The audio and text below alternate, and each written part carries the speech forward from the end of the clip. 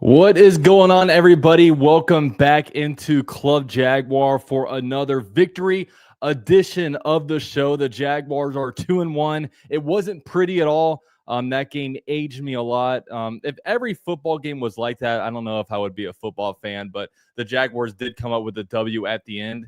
And the Houston Texans had the same amount of wins as Azeez Al-Shaair's jersey number. So everything is good up in here. We'll go ahead and bring everybody in. We got Jason from Jaguars United. What's good. up, man? That was good. How long were you thinking about that? That was Dude, good. I was actually thinking about it in the countdown. I was like, wait. That was good. That got me. I was like, this is actually pretty funny. I could use this. So well done. Hey, everything in Club Jaguar, we think on the fly over here, man. Like that's what happens.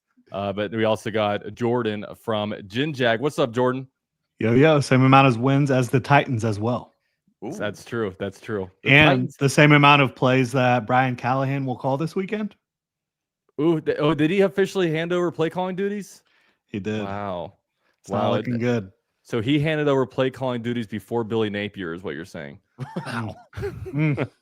Oh, I can't hit. Bringing the heat. I was on a roll tonight. This is gonna be a good show. Yeah.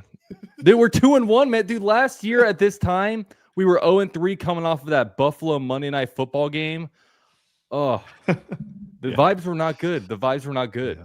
We were thinking about shutting this club down early and retooling, restarting, and calling it for 2025.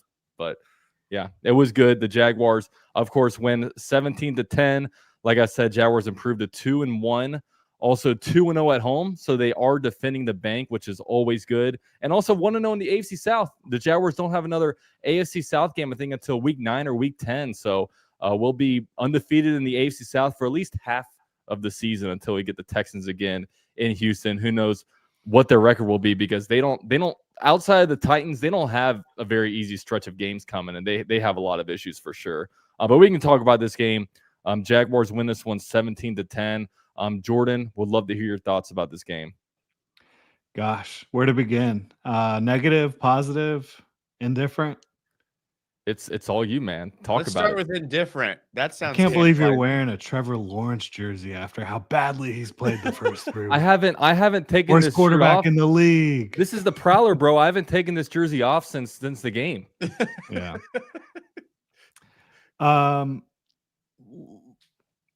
Let's start with the Jags passing game. Why don't we? I think that's what everybody wants to talk about. That's a good place to start. Or do we want to start with some positives and work our way to some positives? Yeah, let's do. I mean, they're 2-1. Yeah, they're 2-1, right? Because the YouTube commenters are gonna start commenting in 3 minutes and, oh, you guys are so negative. Click off, and then So let's start with the positives, and then we'll ease into the negatives, because of course there are a lot of positives, but also a lot of negatives as well. One big positive, I think, other than the defense, which is obviously, I mean, really, really fun to talk about and watch. The fact that the Jaguars didn't quit on the run game and that they actually went back to their bread and butter so far, which has been the mid zone, which is, basically in between outside zone and inside zone. That's what they've been really good at. They went back to it. It wasn't perfect late, but it was doing a little bit better job keeping them on time and helping them out. And I just like that they didn't quit on it, even though it wasn't working early, and they kind of went back to what they did best. And that's really the only thing the offense has been consistent at so far, is running some mid zone and getting ETN and Tootin some space. Yeah, and Tootin I really like. I for some reason, like, especially in that fourth quarter, I was like, bro, I'd be running Tootin like every play, because the Jaguars needed the tough yardage. And man, that guy, when you think he goes down, he pops out for another 3 or 4 yards. I mean, he's incredible. I love watching him run. Yeah, he runs so tough. Yeah. I like how Jordan just like buries the lead and just like, yeah, I mean, obviously the defense is good. I mean, the defense is the story. Like, the defense is the story. Like, this is the best defense we've seen, obviously, since 2017. I mean, they're aggressive. We're getting pressure. I mean, Josh Hines-Allen is just affecting the game in every area, and Trevon Walker is getting pressure. I mean, Tyson Campbell's making plays and tackles. Travis Hunter's making tackles at the line of scrimmage. We're getting turnovers. I mean, the defense is just, I did not see this coming. Like, I did not. I can be honest. Like first year DC, a bunch of new players on the team, and then all the guys that were on the team last year have been elevated. Their game has been elevated. Devin Lloyd. I mean, the defense is just remarkable, and I'm so excited about the rest of the season with this defense. Yeah, because the only cold water I'll pour on the defense is the fact that they've played. Who have they played? I mean, the Texans have one of the worst offenses in football. The Panthers, not a very talented offense. And the Bengals, they played most of that game without Joe Burrow. And you saw what the Bengals did last week without Joe Burrow against a good defense. I mean, and Dalton, I don't want to cut you off because I know you're going to get into something, but like we have faced some really good wide receivers. And for a team that was really concerned about the secondary, I mean, T. Higgins, Jamar Chase, Nico Collins, Tet McMillan. I mean, we've played some guys now. So and they've kind of gone off a little bit. I'm also disappointed that when you were talking about different players, you didn't mention Travis Hunter on defense. He's a good cornerback, man. He did. Oh, he did? Yeah. Oh, I wasn't paying attention. Yeah, that's not unusual for you. I was watching Tony Baselli punching Josh Allen in his right shoulder on repeat. So I mean, the last 2 weeks, I know Nico's game wasn't super efficient, but he had 8 for 104 and a touchdown and a 50-yard touchdown where Tyson Campbell completely bit on the the out route. And then the week before, they couldn't stop Jamar Chase. And really, they struggled with Tetero McMillan in week 1 a little bit as well. So I'm excited about what the defense is doing. I mean, it's been so fun to watch, but let's do this against a real offense. Is a real offense coming on Sunday, or are they too injured? I don't know. We're going to find out. I mean, they haven't been an efficient offense, a high-scoring offense, any of the above so far this year. Yeah, but they are very low scoring. Well coached. Yeah, and they're 23rd ranked offense in the league. Yeah, George Kittle out. They're getting some people back. They're getting Ricky Pearsall to be out. Pearsall's going to play. Juwan Jennings is probably going to play. I mean, saying he's going to play is a little bit, premature in my opinion. I think he was. I think he was a DNP today because I was looking. And by the way, they have a laundry list of injuries right now. How did they even practice? How did they even? Who was even at practice today for the 49ers? Like, was it all scout team versus scout team? I mean, I don't know how they're practicing. Is they even had a bunch of like veteran rests, like Chris McCaffrey didn't practice. I think. I don't know what the purpose of even practicing Trent Williams is anymore, but he was a veteran rest. So, we're definitely playing an injured team. So. With the Jaguars defense, it's really exciting, but I think the main thing has just been the takeaways. I mean, 9 takeaways all last year, and we have 9 this game. One thing is, I don't think the Jaguars can really keep up with the 3 takeaways per game. So do you think that the defensive numbers are getting kind of inflated a little bit and it looks better just because we're able to force these turnovers? Or do you think even without the turnovers, we got a pretty good defense on our hands? I don't think that they're going to be a team that, obviously, you're not going to expect 3 turnovers every game. But I don't think they're going to be a team that just suddenly hits a cliff and then can't force turnovers. I think they'll be able to force turnovers all year in most situations. So I'm not as worried about that part of it. I do think that they'll force turnovers. They just got guys that are really opportunistic, smart. They're communicating at a high level. They're confident. And they've got guys that can get pressure up front. Yeah, I mean, what's exciting to me is that they're getting turnovers in different ways. I mean, just a clear interception, a forced fumble recovery, and then a Josh Hines Allen pressure where he hits the ball out of the quarterback's hand as he's releasing it that leads to an interception. So they're getting turnovers in different ways. It's not just like in one way. So that leads me to kind of hope that, even if it's not 3 turnovers a game, they still will force them in different areas. And so, and then we had the Dewey Wingard pick that didn't even count. Like they're playing, like Jordan said, opportunistic, and they're doing it at all 3 levels. So I'm pretty excited about this defense. So I have a question for Jason, because I know before we were kind of doing our season predictions, one thing that you kind of adamantly said is you think that we're overrating the roster on what it is. Where do you kind of stand on that? Because I know for myself, I was judging the roster thinking that the roster was better than the production last year just because the coaching was so bad, right? And then now it almost seems like with coaching, I mean, the defense massively improved, the offense, definitely the offensive line like massively improved. The passing game is still trying to get there, but running game is a lot better. I guess, fast forward a month, how do you feel about where you were at on that? Yeah, I mean, I've said it a couple times. I wildly underestimated Liam Cohen's ability to use the talent he had in his system, and I can say the same thing for Campanile. I mean, I just, when you bring in guys like Hainsey and McCarry, and you keep guys like Walker Little and Ezra Cleveland, that didn't excite me. But then seeing how they do in Liam Cohen's system, it's excellent. Same on the defense. You look at a guy like Devin Lloyd, who was not very good last year, Tyson Campbell, who frankly wasn't very good last year. I mean, you look at those guys and Rick Armstead, and then the additions of non-exciting names like Eric Murray and Jordan Lewis. I guess we just didn't realize how good he was, but seeing them all come together in this system, I didn't see that coming. So again, the star power on this team still isn't like massive. They're just being utilized correctly. And so that I didn't see coming. So I'm very excited. And I think that they're being optimized for what they do best. Yeah, I mean, who would have thought the answers at safety would be Andrew Wingard and Eric Murray? And Antonio Johnson had a pick. Who's all that coming? I mean, I made the argument that last year everybody on the defense regressed. Like I really couldn't pick one player that got better, and then now everybody seems like massively improved. I mean, Devin Lloyd's playing out of his mind.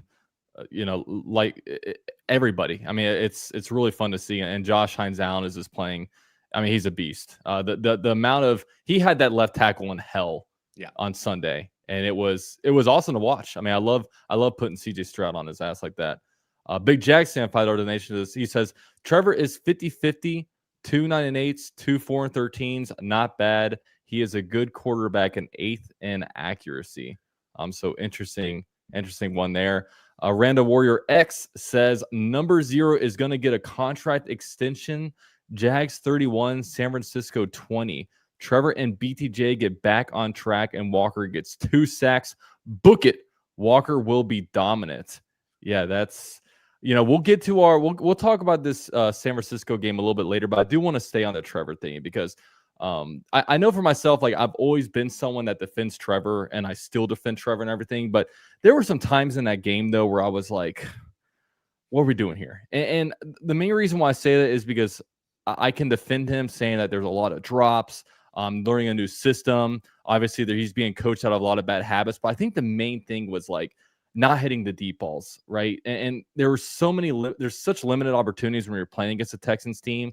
I'm just like, at some point, he has to play 4 consistent quarters of football. And I'm not sure if I've seen it yet this year. So, Jordan, I can let you speak on that. Yeah, I mean, most quarterbacks aren't playing 4 consistent quarters right now. Most offenses aren't playing 4 consistent quarters right now. You look around the league, there's a couple of them, right? But not many. The way defenses, in my opinion, have caught up to offenses has been pretty impressive. The way that, and Anthony Campanile's defense is a prime example of it. The amount of different coverages he runs and the amount of post-snap changing of the picture is really impressive.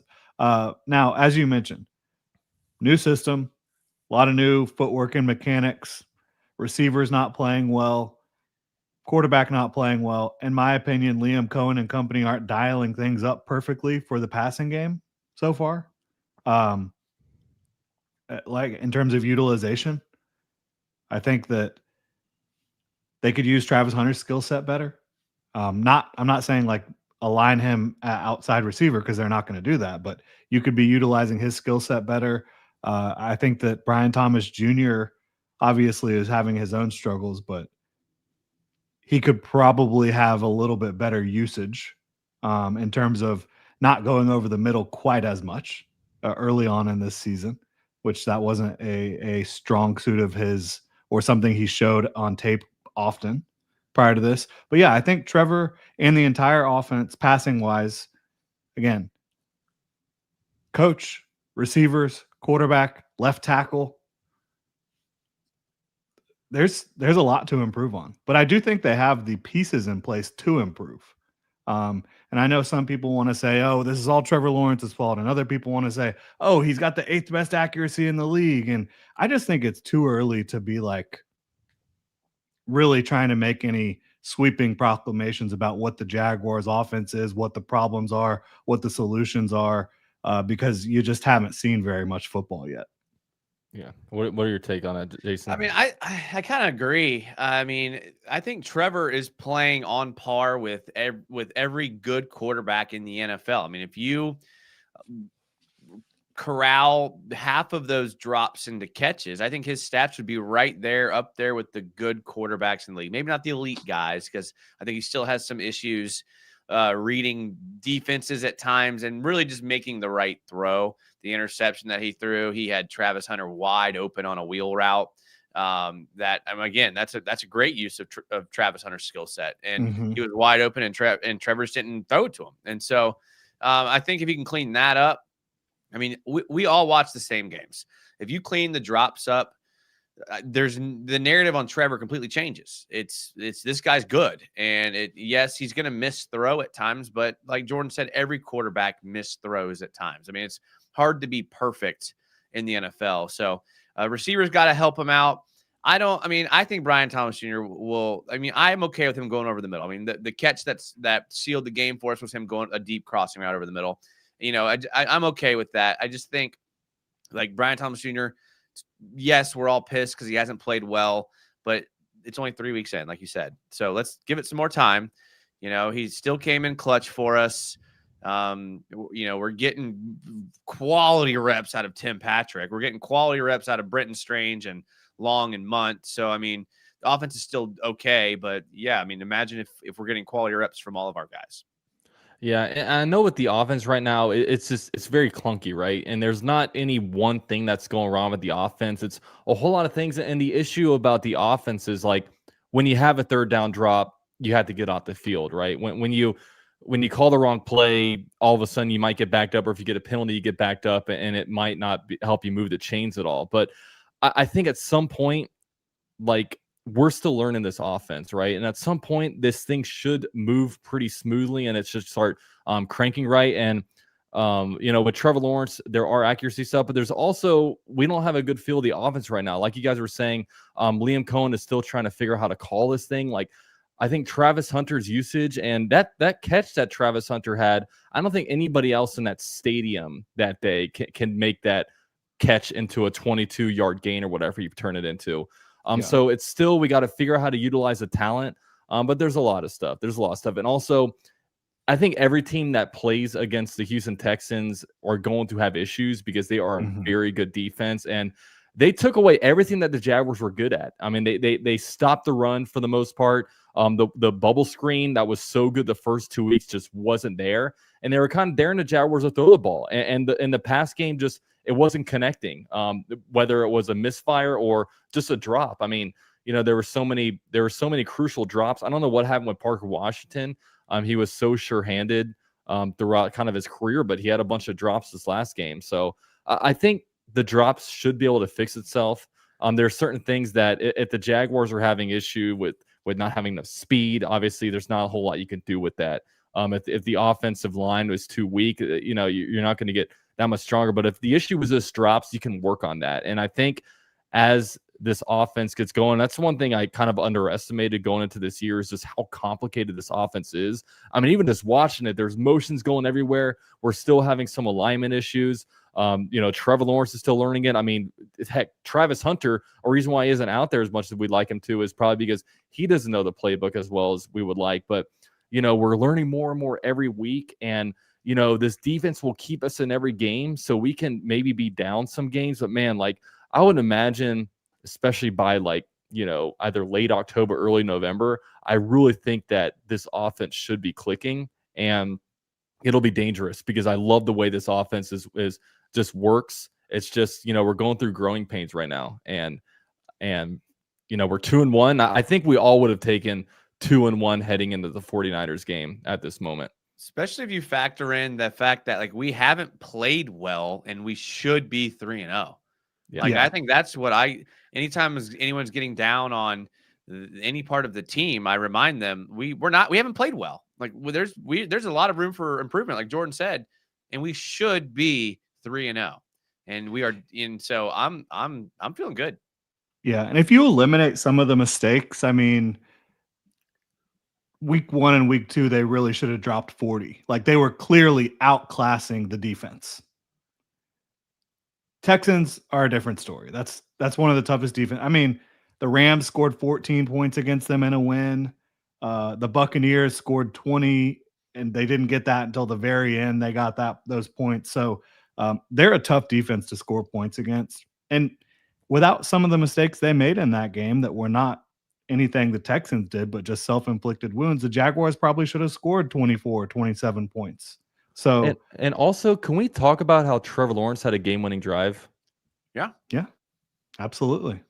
I mean, I don't think enough people are talking about that. Trevor Lawrence, I mean, like when we needed to drive down the field, he picked up a crucial first down by putting his shoulder down and getting that one. I mean, he called, as we all know, I mean, we've all heard him making a check at the line of scrimmage, changing the play, switching up the protection, delivering a nice, beautiful ball, a catchable ball to Brian Thomas Jr., streaking across the field. It was, I mean, obviously we weren't moving the ball very well, but when the Jaguars needed to move the ball, we did. And it was good to see. And Liam Cohen has been incredibly complimentary of Trevor Lawrence's operation. The understanding of the offense and the cans at the line of scrimmage and getting them into the right play and all that type of stuff. So I do think that that's very encouraging. That's one of the most important things, because if you can get that down, then everything can kind of come as you, I think, get more reps and more time on task. But that's at least the hope, right? That more chemistry, more cohesion can start creeping in. And again, don't play the Texans every week, and it'll probably look a little bit better. I know we're talking about Trevor in the offense, but to add a cherry on top of that, the defense got a turnover on a drive the Texans were trying to win the game on. So double, the defense forced a turnover when they needed to. Offense went down and scored when they needed to. How often have we seen that in Jacksonville? In the red zone. If the Jaguars don't turn the ball over, they get at least 3 points, right? And who knows how the game shakes out. I mean, they were driving too. I mean, they would have burned some clock down. The Jaguars, at best would have got the ball back with down 3 with 2 minutes left in the game. I mean, it was the defense. I mean, they came out clutch. And when you play against the Texans, you just got to survive. You just got to survive. That's what the Rams did. That's what the Bucs did. And that's what the Jaguars needed to do. We survived. That's going to be I mean, they may not come out with that many wins this year just because of how bad that offense is. And that offense, man, there's a lot of issues there. But they're going to be a pain in the butt to play. That's for sure for any team. And as long as they don't quit. Yeah, that does happen. We've seen great defenses, recently, maybe the Jets. The Jets have had really good defenses, but when you're going through the season and if it's week 10 and you're if you're 2-8, at some point the defense starts to give in. And we saw the 2018 Jaguars do it, right? And they released Chauncey Gardner-Johnson this week after he was their starter. I mean, everybody does that. Seemingly. We're breaking the Texans. We're breaking the Texans right now. I thought he'd been good this year too. He'd been playing obviously well. Something. Yeah, I think I saw something about something in-house or something. Yeah, he's not the quietest guy, right? No. He's got a little bit of a personality. And, that's saying it lightly. Couple super chats here. Randa says Trevor's biggest problem is he gets stuck on first read and can't see the entire field for whatever reason. Our offense is going to be fine. Just wait and see. And yeah, I mean, he makes a good point. And that's what, as we get more comfortable with the offense, as he gets more comfortable with reads, and that's been a big thing with Trevor, not only this year, but just his whole career. And right now he's trying to get coached out of some issues, right? I mean, he was a kind of a little bit of a reclamation project, obviously, after his rookie year when Doug Peterson took over. And he's kind of the same way this year. I don't think Doug Peterson was helping him out at all in his final year of his tenure. And I just, of Doug Peterson's tenure. And I feel like we have the right people in place. I'm very, very sure of that. And that's exciting in itself. B News says, go ahead. I feel like he has actually improved getting through reads this year. think that there's been some nice progressions. Well, he's had more time in the pocket. Yeah, that's the thing. It comes that's huge. Yeah. Absolutely. Because you're seeing CJ Stroud deal with right now is where I felt like the Jaguars were at this point last year, where the offensive line was bad. And sometimes when the offensive line would hold up, the mental clock is sped up so much they're just expecting to get hit. They miss wide open throws. So it's, we're literally watching the Texans be the Jaguars from last year, but with a better defense. So it's tough. Be New, $2 donation. Shout out to him. Says most projections were at 1-2 or 2-1, should be 3-0. Yeah, and that's the name of the game. We had a very tough 7-game stretch. I know I was always saying like my ideal situation, I would be perfectly fine being 3-4 going into the bye week. Which now, I mean, heck, the Jaguars could be at least 4-3. And going into this weekend, I mean, the 49ers, they're a tough team. They're 3-0, but it's very gettable. It's a very good gettable game for the Jaguars, and I'm definitely not counting the Jaguars out of that one. So I do want to talk about Travis Hunter, though. How do you guys feel about the usage there? Like, I just love to hear you guys' thoughts about Travis Hunter, both like offensively and defensively. Jason, we can hear your thoughts first. I have no problem with what they're doing, and like the national pundits are, well, you're using them wrong. Deion Sanders, you're using them wrong. Deion Sanders, shut up, dude. Yeah, I mean, I didn't even see what Deion said. Deion said he should be playing every snap. Yeah, and he's like, they're using them wrong. It's like, dude, what do you know? Don't pay attention to Colorado. You don't need to chime in on what the Jaguars, on how the Jaguars have used him 3 games into his NFL career. Right, and that's my point. Is like, listen, he's 3 games in. I mean, we were talking pre-show about rookies and how it's such a bumpy road their rookie year, no matter what rookie you are, whether you're Ashton Genty or Travis Hunter. Like, it's a bumpy road your first year, and it's fine. Like, he's fine. Like, you see things in him that are legitimately generational. And I know people around here hate that word, but that play he made where he made 2 defenders miss on that, that run in space on offense. And then we saw the play last week where the DPI, that was just amazing coverage. It was such good coverage. They called pass interference. That's how good a coverage it was. And so, I mean, the dude, you can see it, is just makes plays all over the field. And I can't get over, because the big thing on Travis Hunter was like, he missed a tackle in like week 1, maybe it was preseason. He like missed a tackle and everyone's like, well, I'm okay if he doesn't tackle, just cover. He came down, set the edge, and made a tackle on the running back against the Texans. And it's like, yeah, he can do it all. Like, he really can. And so I'm excited. I think they're going to ramp up his usage. I do think they'll get to a point where he doesn't leave the field very often, because he has the conditioning for it. So I'm excited for that. And I think they're using him just fine. Give it some time. He's just going to keep making plays, and we're just all going to love him. Jordan, let's hear your thoughts.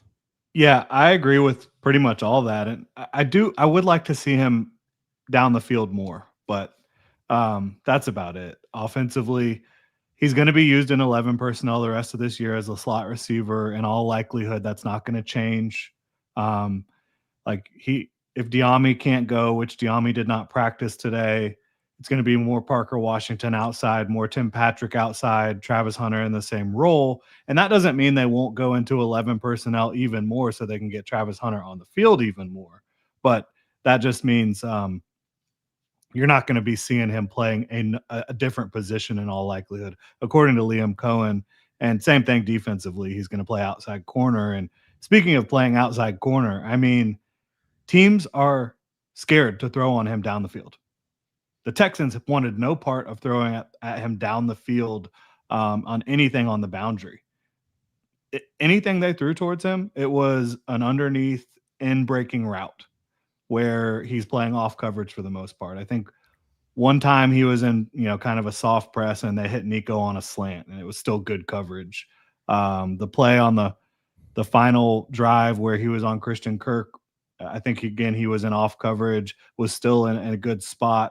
Should have made the tackle. Christian Kirk broke the tackle, but that was really his only blunder when it came to tackling the entire game.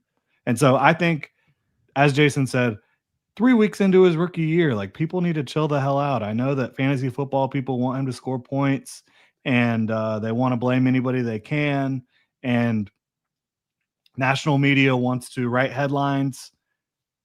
He's a rookie. 3 games in. He's playing both sides of the ball. Let's give it some time. Yeah, and I really do believe we go back to August when he missed that like 2 to 3 weeks with his injury. I really think that held him back a little bit when it comes to him out of the gate on offense, because I think that they're trying to protect him a little bit just because he doesn't know the whole entire playbook just yet offensively, and they're trying to kind of ease him in there, and they don't want to put him out there just lost. I mean, we remember one critical play. I think it was the third or fourth quarter where Brian Thomas Jr. and Travis Hunter were both. I mean, they ran routes. I don't know what happened there. I couldn't really tell who was targeted to or who was wrong that play. But there's, I mean, we see it. It's a complicated offense. So they're going to put him. They're not going to put him out there in a position to be unsuccessful, right? I think the Jaguars and Liam Cohen know what they're doing, but I mean, right now, I mean, everybody's looking at offense. They're looking at numbers. They're trying to see the highlights. But I don't know. Not many people are looking at his defensive snaps and just seeing him just hanging on the right hip of Nico Collins running downfield. It's I think he's spectacular. I think he's going to be great, and I can't wait to see the Jaguars ramp up his usage as the season goes on. Hey, shout out to David in the chat. Saw me at Ginger's. Let's go, baby. Let's go. The real ones know about Gingers. The real ones know. The real ones. Super cool guy. So glad I recognized him. He's talking about you or Jordan? Jason. I talked to him about Jason? Yeah. Wow. Look at that. Well, that's pretty cool. Club Jaguar. Were you behaving? Okay. Were you? I was. I've been behaving. I'm doing really well. I just want you to make sure you're standing on the shield. Okay. All right. But that I said Cincinnati won the game throwing towards him. Okay. They threw at him twice. One was a beautiful pass breakup, and another one was a beautiful pass breakup at the end of the game that they just called a penalty on. Those were the only 2 plays they threw at him. So that one guy, get your facts straight when you're coming in the chat. Gingers, Jason hangs out in the trenches. Yeah. Someone's got to, dude. You got to go where no one else will go. That's the bottom line, Yeah, Gingers is watching this. We got to do surprised a live it wasn't show there monkeys. one day. Well, yeah. Okay. Very surprised it was not monkeys. Well, that was where I was before. Uh-huh. Yeah. Okay. Yeah. Beautiful. Jason hops around. I go to the same 2 places, actually. All right, sweet. Well, we're going to transition this into the sponsor of the show. We got Sleeper over here. Dude, look how smooth that was. I know what I'm doing now. I'm not fumbling around trying to figure out how to get this screen over here. So we're going to make some picks. Let's see what my picks were last week. I didn't win anything, but okay, that was on the AFC North. Look at this. I got 2 of them right, but I missed out on the Trevor Lawrence passing touchdowns. Oof, we were feeling a little bit overzealous here, but we got the Tootin anytimer. We got the Nico Collins anytimer. I think you were the one that wanted that Trevor Lawrence pass anytime pass. Yeah. You were. Yeah, because didn't we go Jordan another and me one? both were like, Didn't we originally do like under on his passing yards? And I think that was the original one. I said no. Yeah, you didn't like it. We're team optimism today. So yeah, it cost everybody some money. So on this one, I don't know. We did something, but whatever. It's a redemption time. I did this one on the AFC North. They told me to do these picks. This was awful.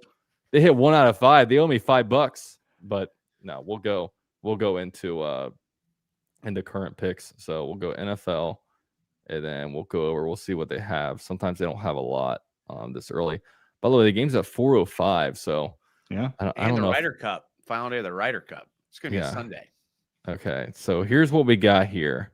We don't have a lot of numbers here. First of all, I think we get a freebie over here. Let's see, NFL. They usually give us like a free half a yard. Oh, they didn't give it to us. All right, it's fine. It's fine. I slept on that one. Yeah, right. I want my free pick. Okay, so we'll go back over here. ETN 52.5 rushing yards. We'll go 2 out of 3 on this one. You say no. I say no on this one too. All right, so we're all less. I don't know if we have to go for that. I wasn't saying no, he won't get it. I was saying no, I wouldn't bet it. I don't like that one. We won't go on that one. Okay, yeah. Christian McCaffrey, 41.5 receiving yards.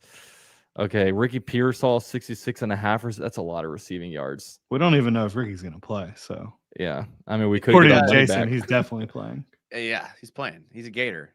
All Gators do is play well. Will only Gators get out alive? Is that? I mean, last week. I mean, I had it. He went off last week. I mean, Chauncey Gardner-Johnson didn't get out alive, did he? No, he didn't. The 49ers have a bunch of Gators. They're bringing back DeMarcus Robinson this week, another Gator. Nice. Dude, look at them. Yeah, so, okay. Brian Thomas Sr., 62.5 receiving yards. I don't like any of these, to be honest with you. I like the Tootin' anytime touchdown. Tootin' anytime is the best. Tootin' anytime, yeah. That's a good one. Okay. I kind of like McCaffrey over 41.5 receiving yards. That's a good one. That's a good one. I like his rushing yards, but this is receiving yards here. I know. It's just I think his rushing yards were at like 40 something as well, or 50 something. Yeah. So Trevor Lawrence, 23, the 230.5. Jeez. Okay, can I say I just did a show with the 49ers guy who was also had a sleeper thing, and we went through this, and he had a lot more picks than you did.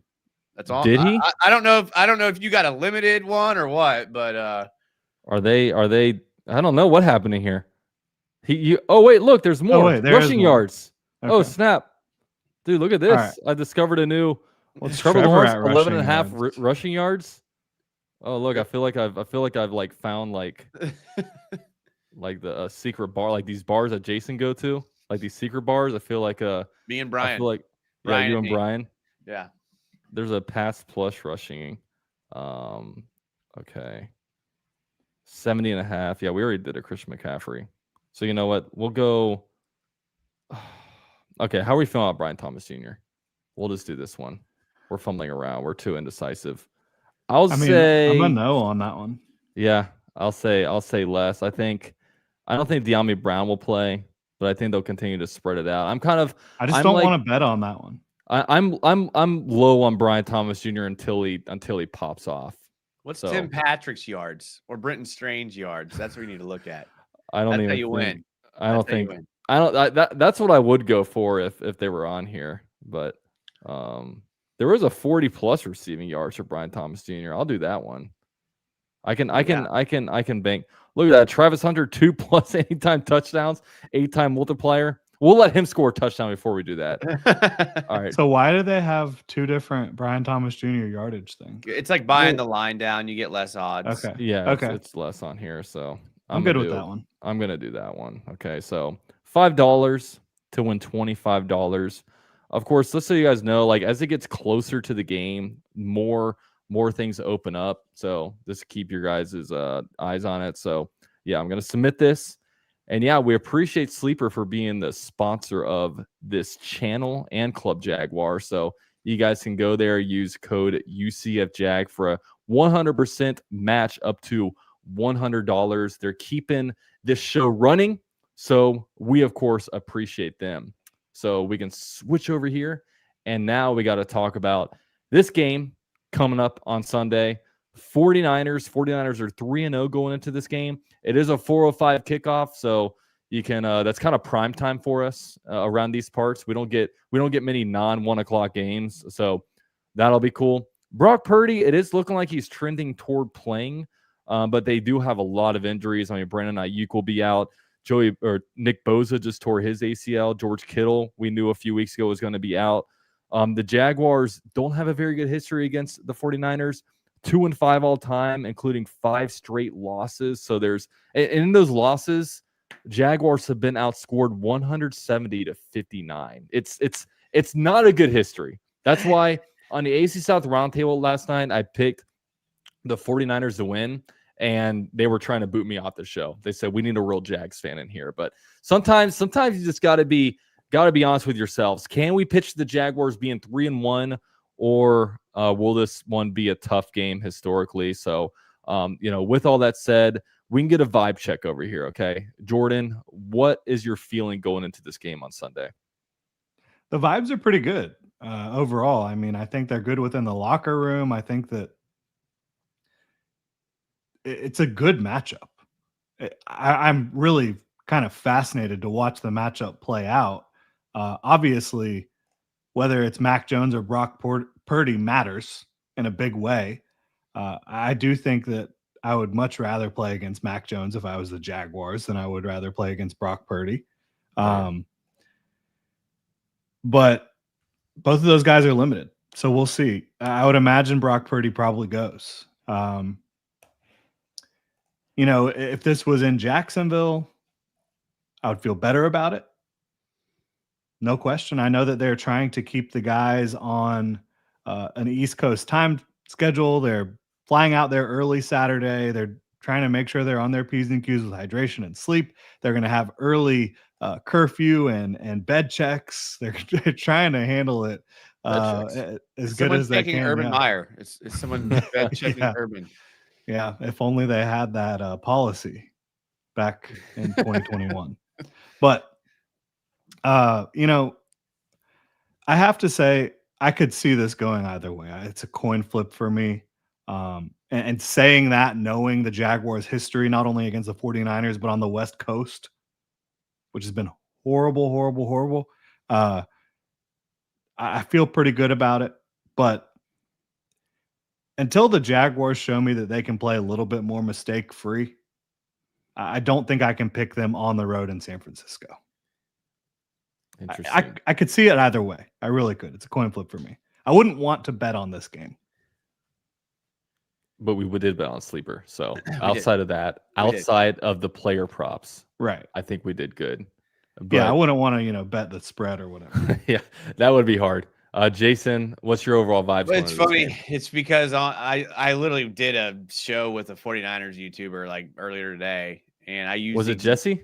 It was Jesse. Yeah. Nice. Yeah, he's cool. I like him. Yeah, he's a great guy. Yeah. He's professional. That guy is like he's very professional. There's some people that are just born for it. That man's born for it. He hosts the AFC South Roundtable. So yeah, he told me that. Yeah, he was like, Dalton, no, I love Dalton. He was hyping you up. Yeah. Nice. There we go. But yeah, so I was on his show and I was like, use the exact term Jordan did. I said coin flip. I said I could see this exact word I used. I was like, I could see this game going either way. Whoever takes care of the ball and has less penalties probably ends up winning this game. It's the 49ers defense is very good. Fred Warner is a beast. They are missing some people. They're injured. To me, because it's a coin flip, I kind of looked at, two different things. It was like, what has the offenses of both teams been doing? What has the defense of both teams been doing? I look at the 49ers and their 23rd ranked offense. I understand that the backup quarterback, but Purdy's injured. So how much are you going to get from him? They have the 3rd ranked defense though. So, that's obviously really good. Jags 14th ranked offense and the 5th ranked defense. So you give me those averages together and I'm taking the away team. I'm taking the Jags, baby. I'm taking a 3-point win. I'm taking a 20-17. The Jags go into San Francisco. They break the curse that these 49ers have on us. Tony Boselli gives the middle finger to John Lynch and we come out there with a win, 3-1, both teams after the game. Let's go. Dude, yeah, I love it. I love when Jason is confident because I want to pick the Jaguars win like every week.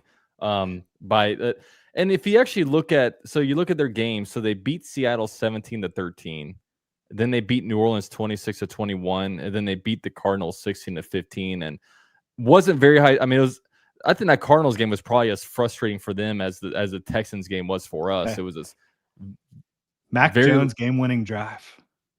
That's true. I wish he took a sack actually he didn't take a sack. There was a holding in the end zone for a safety on the drive before that.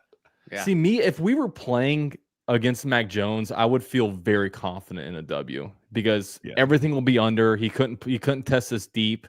I think that we would eat Mac Jones. Brock Purdy plays very, very well within that system.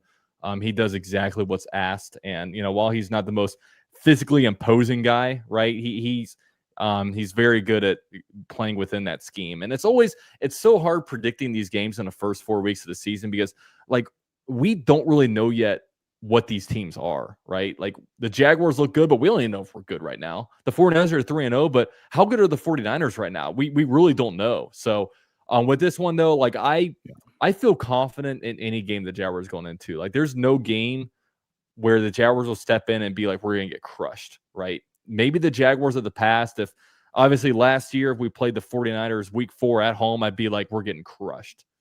This time around, week 4 in San Francisco, I feel a lot better. Obviously the injury sheet helps us out a lot. I think the main one is George Kittle.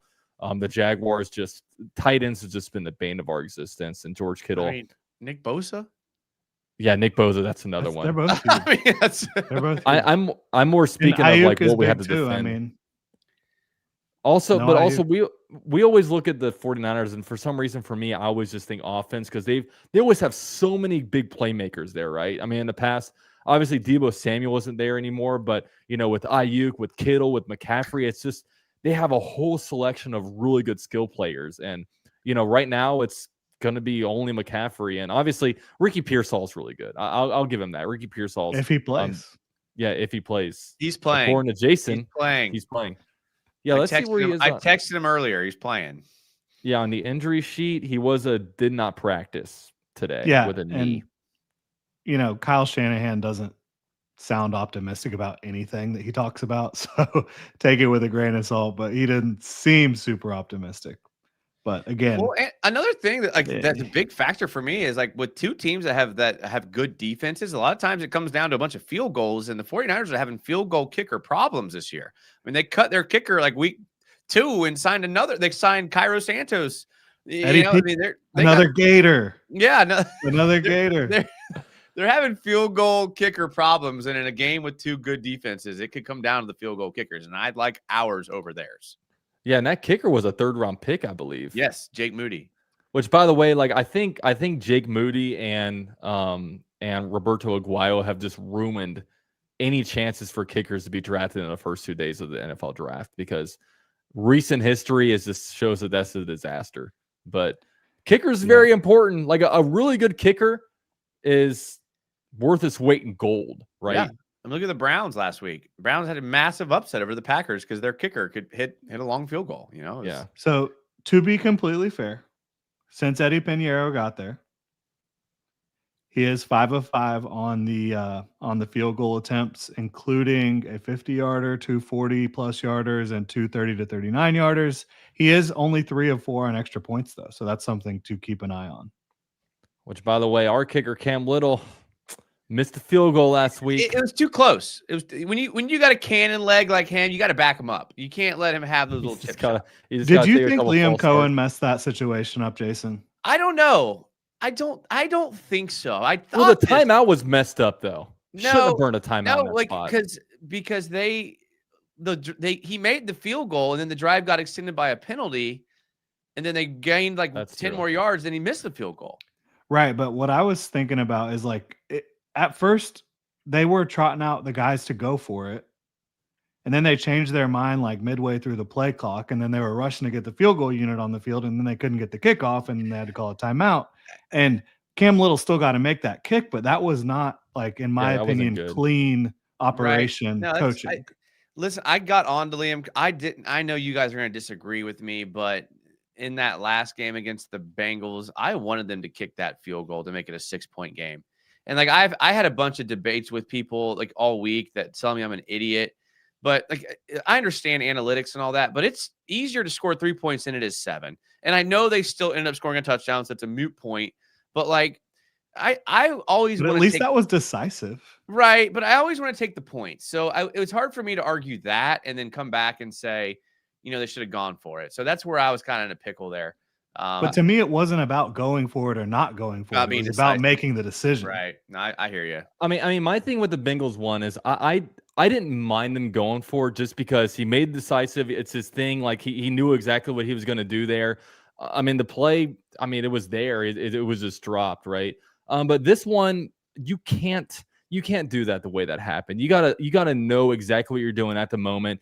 You burnt the timeout in the process, which if it's in the first half, it's different. But that timeout could have really bit us in the ass, especially if we didn't get that strip on Nico Collins and we had to start burning timeouts. Like they could have easily burnt another 40 seconds off the clock. The Jaguars get the ball back with like a minute left at our own 25, and we're in a really bad situation. So You can't, and the Jaguars burnt 2 really bad timeouts in the second half. I mean, one, we couldn't get lined up right and we had to burn a timeout, and that one, in that moment, you have to know what you're going to do there, and especially you know where you're on the field, if you're going to get there. I mean, it's all they prepare this all beforehand, and also the vibes of the game. Like, I don't know, I could go either way on the Bengals one. I didn't like the way that was handled on Sunday against the Texans with that one. I guess my thing is I don't really care yet what his decision is, unless it's just like blatant. Like, you can have arguments on either side for these ones. Just make the decision. That was the one time I was like, come on. What about changing midway through the play clock? What about going for it on 4th and 2 at the end of the game? Yeah, that was before the strip. That was bold, but I was okay with it. It's 2 yards. Go get 2 yards. Yeah, but you're trying to throw it in the air for 2 yards. Yeah, it's and it's a tough game. The offense isn't moving the ball very well, and yeah, we escaped. It's all good, but I mean, these are a couple things we'd be really looking back at if the Jaguars had lost. Kind of like I don't think a lot of us would be talking about that 4th down play against the Bengals if we had gotten it, but we did because they didn't. And then now with this one, we escape. But man, we would be really overanalyzing the field goal situation with burning the timeout and then going for it on the 4th down there. But we escaped, and we're 2-1. Luckily, after all that, and we should be 3-0. Yeah, should be 3-0. Shout out to the Garf. He threw this one in earlier. I forgot to read it. He says, expectations for the season have risen substantially through 3 weeks for me. There is zero reason for the team to not win 10 games if drops get fixed. Oof. It's a big if. It's a big if. It really is. So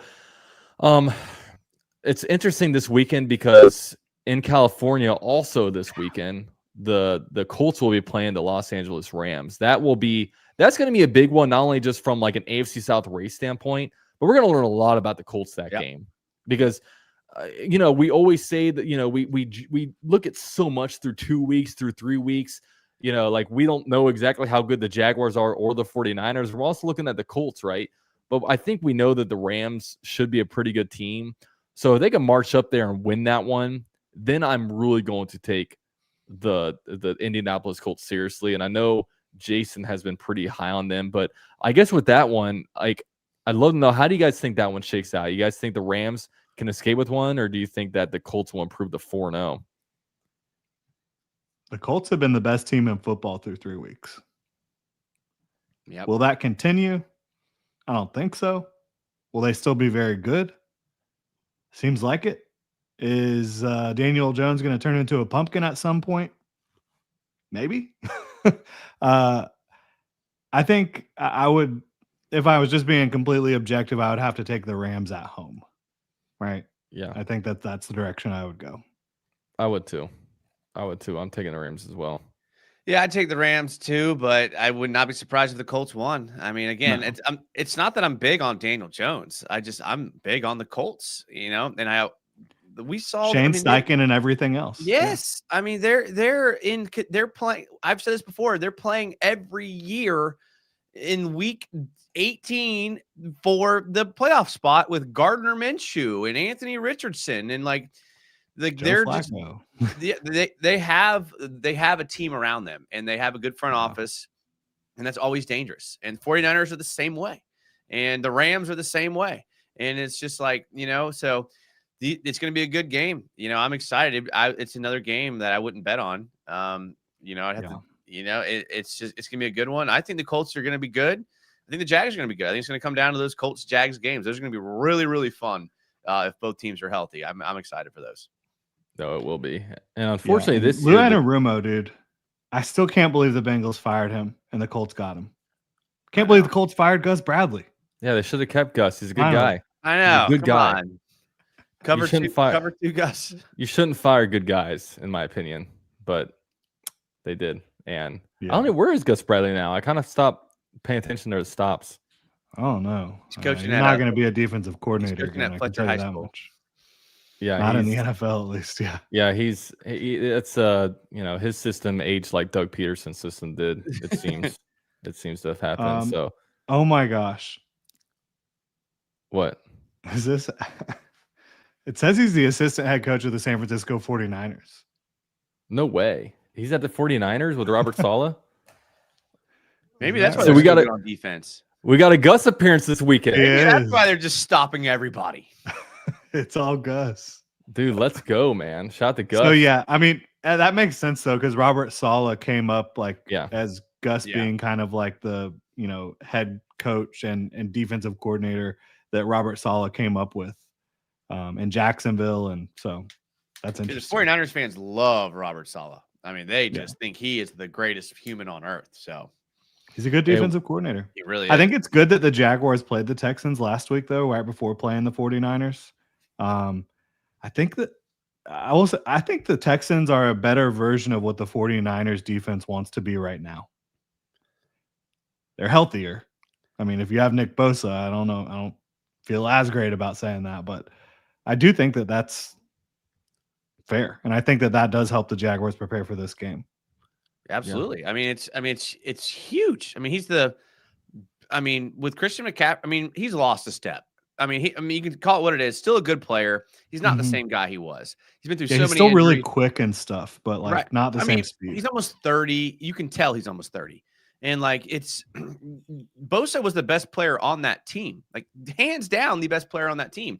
Anytime someone loses the best player on their team, it's going to be advantageous for you. So never want to see a guy get injured like that. And it's this same knee he's hurt already. So it's going to help the Jags, especially in the run game and the pass game.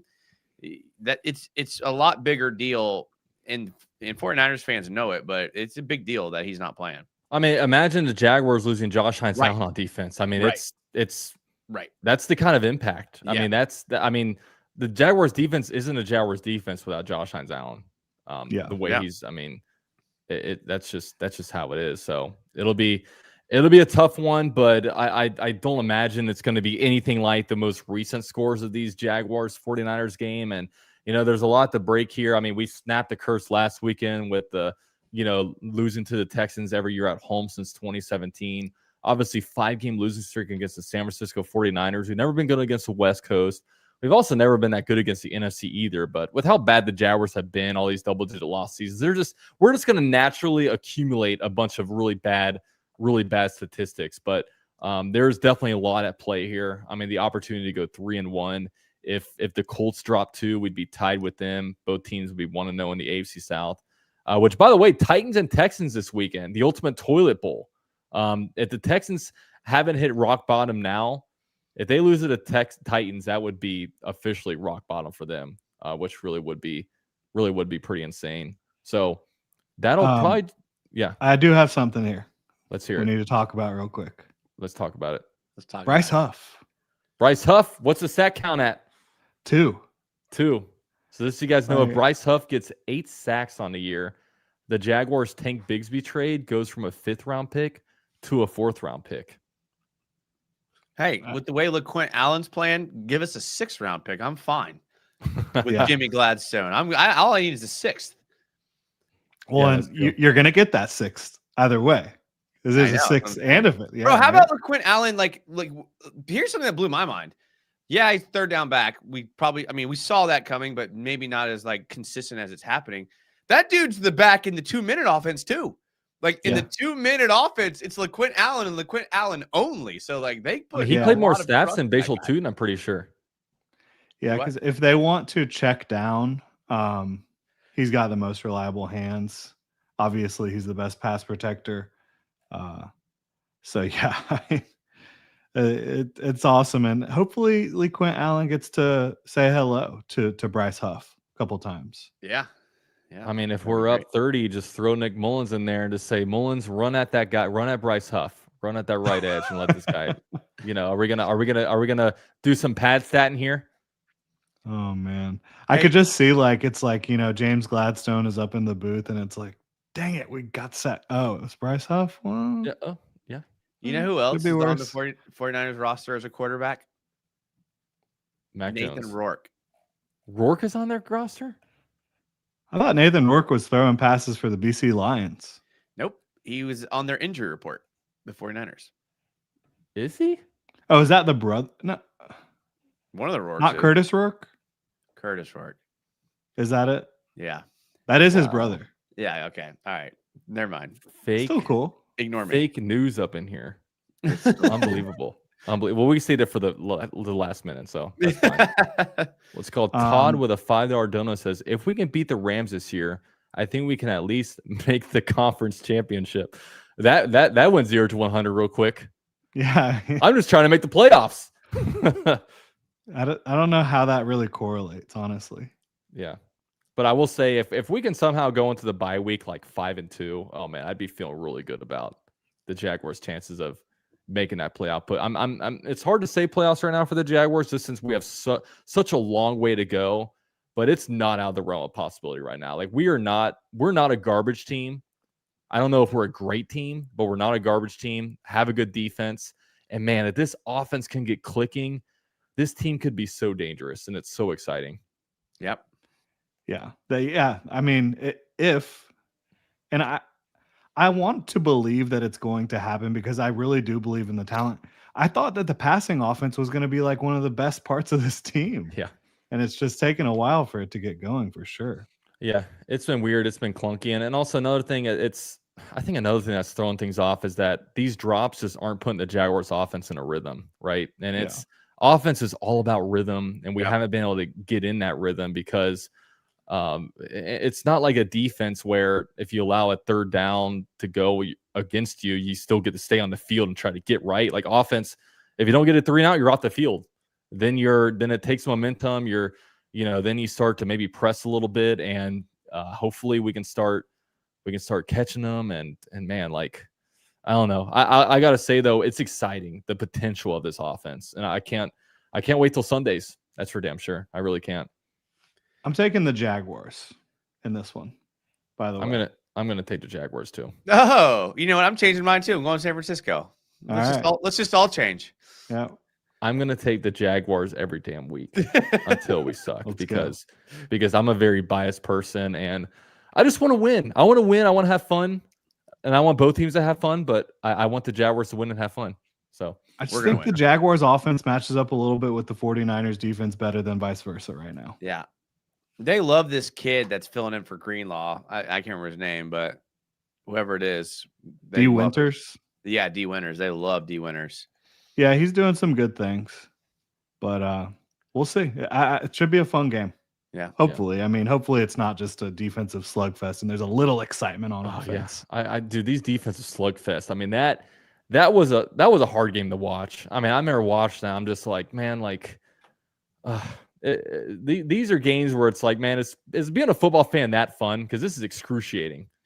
Yeah, I like defensive slugfests, but I know I'm weird, but I love it. Give me a 6-9 game. Let's go. At the same time, it's like it didn't feel like a defensive slugfest just since the Jaguars were just stepping on their foot like crazy and dropping. Yeah. It's not like where these contested passes and 50-50. It was like both teams just. I mean, CJ Stroud was missing passes like crazy, and we were dropping balls, and it was. He was also getting flushed out of the pocket a lot. Yeah, but sometimes he flushes himself out of the pocket. That guy has terrible pocket. A couple of those times, Hines Allen was just whipping the tackle and just making him roll out. I think he is, like you said, Dalton. He is dealing with things that Trevor Lawrence dealt with in the past. Yeah, and I think that makes you, it makes you just not play very good football. Yeah. Yeah, it makes you not trust anything. It makes you play without confidence. It makes you feel like every time you drop back, somebody's going to hit you. And, it's hard to have good pocket presence in that situation. Like, I do think that can be a good quarterback. I don't really like his demeanor right now or anything. And going to post-game interviews and acting like, oh, we're good. Like, you guys are just crazy talk. Like, no, it's not like that, dude. You guys are in a bad spot. But that's the Houston Texans problem. We're 2-1, baby. That's right. We just beat the Texans at home. They can go out there and cut CJ Johnson and think that's going to fix them. They can do whatever they want. Okay, we're riding a high over here. But all right, guys, that'll end it for the show. I got to give shouts out to Jordan and Jason, guys.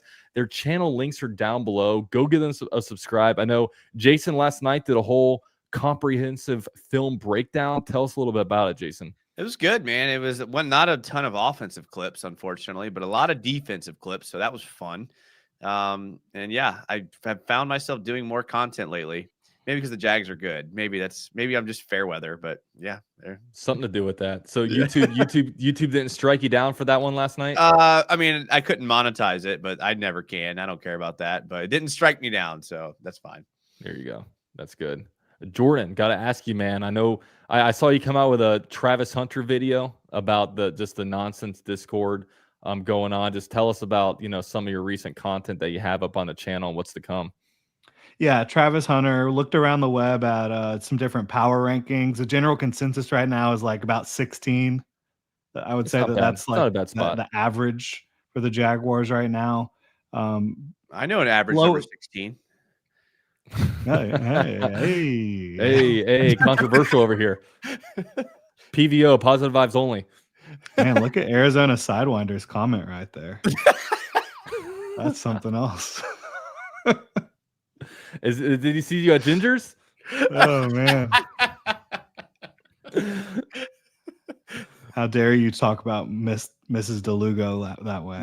Unbelievable. Yeah. Unbelievable. Unbelievable. Yeah. Shame on you. Don't worry, I'll kick him out the club. Okay. Yeah, for shame. Bouncer, buddy. Yeah. So I'll have plenty of previews coming up for Jags and 49ers, and y'all already know what my bold prediction is for who's gonna win. Just dropped it. So yes, sir.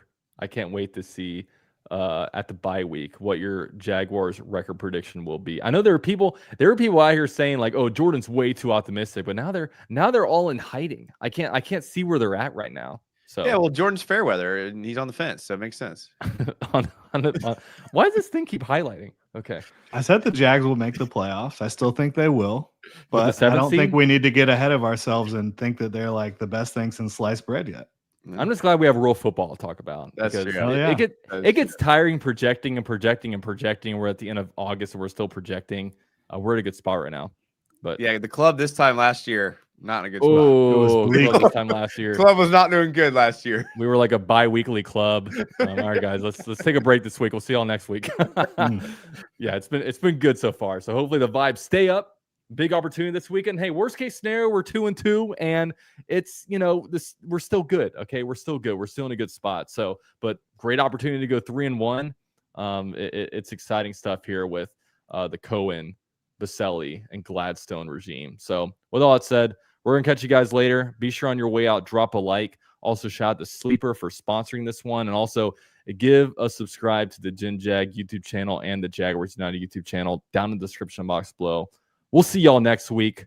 Duval.